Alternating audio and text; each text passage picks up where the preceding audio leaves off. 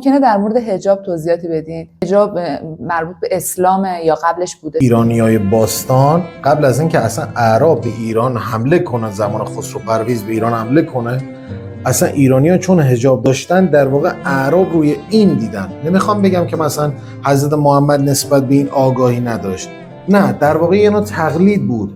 قبل از اینکه اعراب حجاب داشته باشن، چون اینا هبل پرست بودن دیگه، هبل رو میپرستیدن، خدایان مختلفی داشتن. شما در بکه اینو بکه در نظر بگیر، مثلا این بکه است 360 تا بت دور این بودن.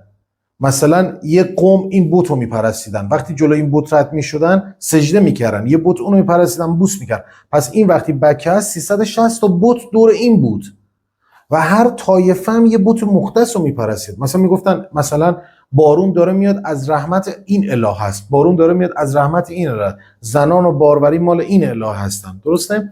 حالا پس حجاب هیچ ربطی به اسلام و دین اسلام نداره، بلکه ایرانیان باستان در قبل از اسلام هم حجاب داشتن. اصلا فرا از ساسانیان، فرا از سلوکیانی همون اشکانیان، فرا از هخامنشیان، فرا از مادها در زاگرس، شما همین گلبنی ها، به قول لورها یا کردا بهش میگن گلونی یا گلبنی که میپوشیدن، این گلبنی ها قدمت دیرینه از اسلام داره. زنان به شدت با حجاب بودن. پس این اسلام نبود که حجاب وارد ایران کرد، بلکه این ایرانیا بودن که حجاب وارد اعراب کردن. حجاب هم یه نوع عفت برای زن فقط مال مردم برای زنه. البته که الان به لطف کابالا و فراماسونی و فرقای 198,000 فرقه شیطانی، اون آخوندی که میاد میگه این هرس خوب، اونم یه فرقه شیطانی، هیچ فرقی نمیکنه. بعد این مفهوم حجابی که هست درستش چیه؟ کجا نوشته شده که درستش چیه؟ عقلانیت اصلا جایی ننوشته شده. حجاب یه نوع حجاب، همه حیوانات هم حتی دارای حجاب هستن. شما یه حیوان رو من نشون بده که دارای حجاب نیست.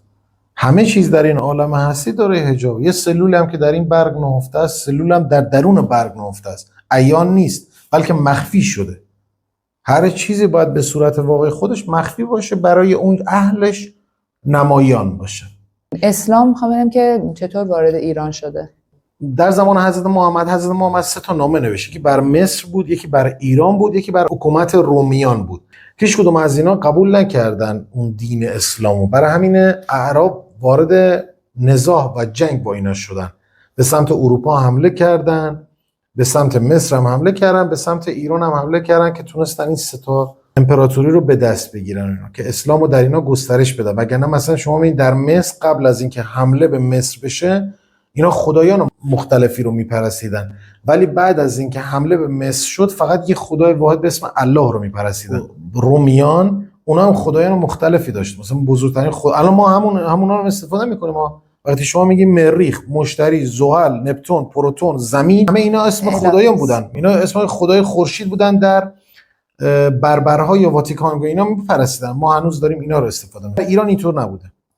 در ایران وقتی اینا حمله میکردن، درست میترا پرست، آنایتا پرست، رشم پرست، انوش پرست بودن، ولی باز با این حال زرتشتیان به نور اعتقاد داشتن و میگفتن این نور خدای واحده. برای همین قرآن هم میگه من نور آسمان و زمین هستم اینا. پس ایرانیان یه حدودی ازشون به خدای واحد اعتقاد داشتن، یه حدودی ازشون هم مهر پرست بودن، میترا پرست. البته خب بازم اونا هم در درون خودشون فرقه داشتن. مثلا ایرانیان باستان یزدان پرست بودن، مانی پرست بودن، فرقه‌های مختلفی رو میپرستیدن. شما میفرمایید که حمله کردن به ایران، خب یعنی به زور بوده پذیرش اسلام توی ایران؟ یه سریه که شما میگی خدا رو میپرستن. معروف ترین کتاب ایرانیان باستان زمان زرتشتیان بهش گفتن کتاب اوستا. شنیدی اوستا رو شما؟ بخش گاتها. اونجا به 3 تا سوشیانت اعتراف میکنن. یعنی زرتشتیان معتقد بودن 3 تا سوشیانت میاد روی زمین، سوشیانت میاد روی زمین و زمین رو پاکسازی میکنه. این رحمت خدا رو بر روی زمین ایجاد میکنه. آدمای خیلی مؤمنن. اولین سوشیانت رو بهش میگن حضرت عیسی، دومین سوشیانت رو بهش میگن حضرت محمد، سومین سوشیانت رو بهش میگن امام زمان. برای همین وقتی اعراب به ایران حمله میکنن، تمام این معبدان شما الان مثلا میگی آخوند، با آخوند اون زمان میگفتن معبدان، اینا کاملا زرتشتیان هیچ دفاعی نکردن، بلکه این دینو پذیرفتن، چون در کتابهاشون نوشته بود که یکی میاد شما رو نجات میده به اسم محمد، به اسم محمد نه به اسم احمد، یعنی نوشته بود که باید به این تسلیم بشید.